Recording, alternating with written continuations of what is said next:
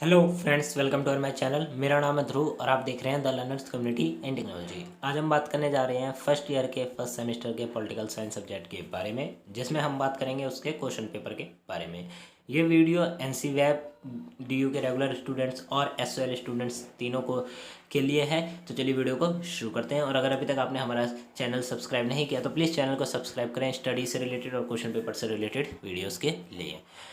तो कुछ basic details मैं आपको बता दूं तो आपका यहाँ पे क्वेश्चन पेपर में दिया गया है आपका यूनिक पेपर कोड, आपका सब्जेक्ट बताया गया है, आपके सब्जेक्ट का नाम है introduction to political theory. First semester के स्टूडेंट्स के लिए ये है।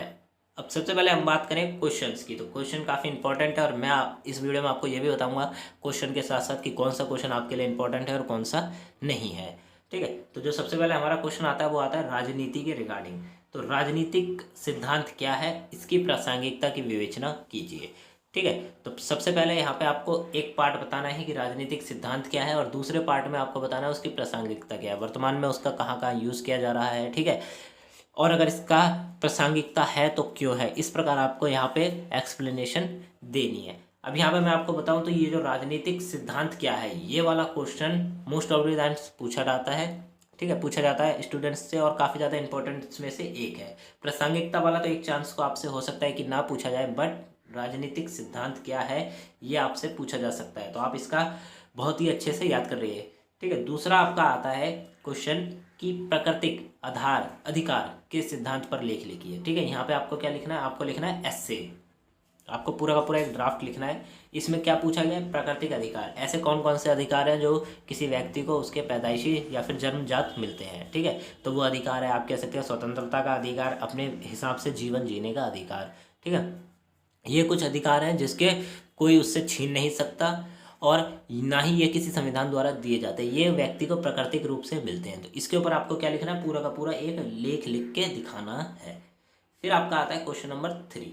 ये वाला रॉल्स से रिगार्डिंग एक क्वेश्चन आपसे हमेशा पूछा जाता है। ठीक है, तो आपको रॉल्स के जो भी उनकी हिस्ट्री है और उन्होंने जो भी सिद्धांत प्रस्तुत किया उसके बारे में आपको याद होना चाहिए। तो सबसे पहले जो आता है वो आता है कि रॉल्स के न्यायिक सिद्धांत की आलोचनात्मक विश्लेषण कीजिए। तो रॉल्स ने जो सिद्धांत प्रस्तुत किया था उसकी क्या करनी है, आपको आलोचनात्मक विश्लेषण करना है, अर्थात कि आपको यहाँ पे एक्सप्लेनेशन देना है उसके बारे में।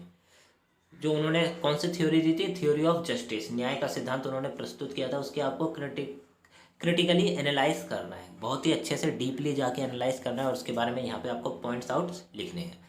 ठीक है, क्वेश्चन नंबर 4 आपसे पूछा जाता है कि नकारात्मक और सकारात्मक स्वतंत्रता के बीच अंतर स्पष्ट कीजिए, उदाहरण सहित व्याख्या कीजिए। ठीक है, तो यहाँ पे उदाहरण सहित व्याख्या एक पार्ट हो गया और नकारात्मक और सकारात्मक के अंदर अंतर्गत दूसरा पार्ट हो गया। ठीक है, तो सबसे पहले आपको क्या बताना है मैं बता देता हूँ। सबसे पहले आपको नकारात्मक स्वतंत्रता के बारे में बताना है कि वो क्या होती है, फिर सकारात्मक स्वतंत्रता क्या होती है, उसके बाद आपको उसके अंतर को स्पष्ट करना है। अंतर आप कम से कम 6 पॉइंट्स में प्रस्तुत कीजिए। ठीक है, अगर आप 6 से कम करते हैं तो आंसर थोड़ा छोटा हो सकता है, तो आपको तकरीबन 6 पॉइंट्स में आंसर या कह सकते हैं अंतर लिखना होगा। उसके बाद आपको उदाहरण भी दे सकते हैं अगर आपके पास उदाहरण है, अदरवाइज आप 6 पॉइंट भी लिखते हैं तो आपका काफ़ी ज़्यादा लेंदी हो जाएगा, तो जिससे कि आपके मार्क्स का जो चांसेस है वो बढ़ जाएंगे। ठीक है, फिर आता है आपका क्वेश्चन नंबर 5। अभिवेचन मतलब सेंसरशिप और इसकी सीमाओं पर नारीवादी वाद विवाद की विवेचना कीजिए। ठीक है, सेंसरशिप पर नारीवादी सेंसरशिप की कुछ सीमाएं होती हैं। ठीक है, उन पर नारीवादी वाद विवाद की विवेचना कीजिए। नारीवादी या कह सकते हैं नारीवाद जो एक प्रकार की व्यवस्था है, सिद्धांत है। ठीक है, सेंसरशिप की सीमाओं पर रोक लगाता है, तो उसके ऊपर आपको यहाँ पे उनके वाद विवाद की विवेचना करनी है। मतलब कि आपको आप अगेंस्ट है या फिर क्या है, आपको अपने हिसाब से बताना है। डिबेट आपको लिखनी है। ठीक है, डिबेट आपको यहाँ पे बतानी है, अगेंस्ट है या फिर फेवर में है, ये आपको अपने हिसाब से लिख सकते हैं। या आपके ऊपर ये उत्तर आपके ऊपर बेस करता है। ठीक है, कि आप अपने हिसाब से लिख सकते हैं। फिर आता है क्वेश्चन नंबर 6। सुरक्षात्मक भेदभाव कैसे निष्पक्षता के सिद्धांत को स्थापित करता है, व्याख्या कीजिए। निष्पक्षता का सिद्धांत है मतलब किसी के पक्ष में ना जाकर अलग रहना। और सुरक्षात्मक भेदभाव से तात्पर्य है कि किसी व्यक्ति की सुरक्षा करना परंतु बिना किसी भेदभाव के। ऐसा नहीं है कि अगर कोई व्यक्ति निचली कास्ट का है या फिर अपर कास्ट का है तो उनके बीच में भेदभाव करके उनकी सुरक्षा पर ध्यान दिया जाए, नहीं। सुरक्षात्मक भेदभाव कैसे निष्पक्षता के सिद्धांत को स्थापित करता है आपको यहाँ पे। तो ये सब आपको यहाँ पे बताना है, ठीक है। तो ये हैं कुछ 6 क्वेश्चन, जिसमें से आपको टोटल 4 क्वेश्चंस के आंसर प्रस्तुत करने हैं, जैसे कि यहाँ पे लिखा गया है, ठीक है। 4 के नहीं 4 के आपको आंसर देने हैं। ये क्वेश्चन पेपर फर्स्ट सेमेस्टर के स्टूडेंट्स के लिए है, जो कि DU के भी हो सकते हैं, ठीक है। DU के भी हो सकते हैं, SOL के भी हो सकते हैं और NC वैब के भी हो सकते हैं। ये हर एक स्टूडेंट्स के लिए है।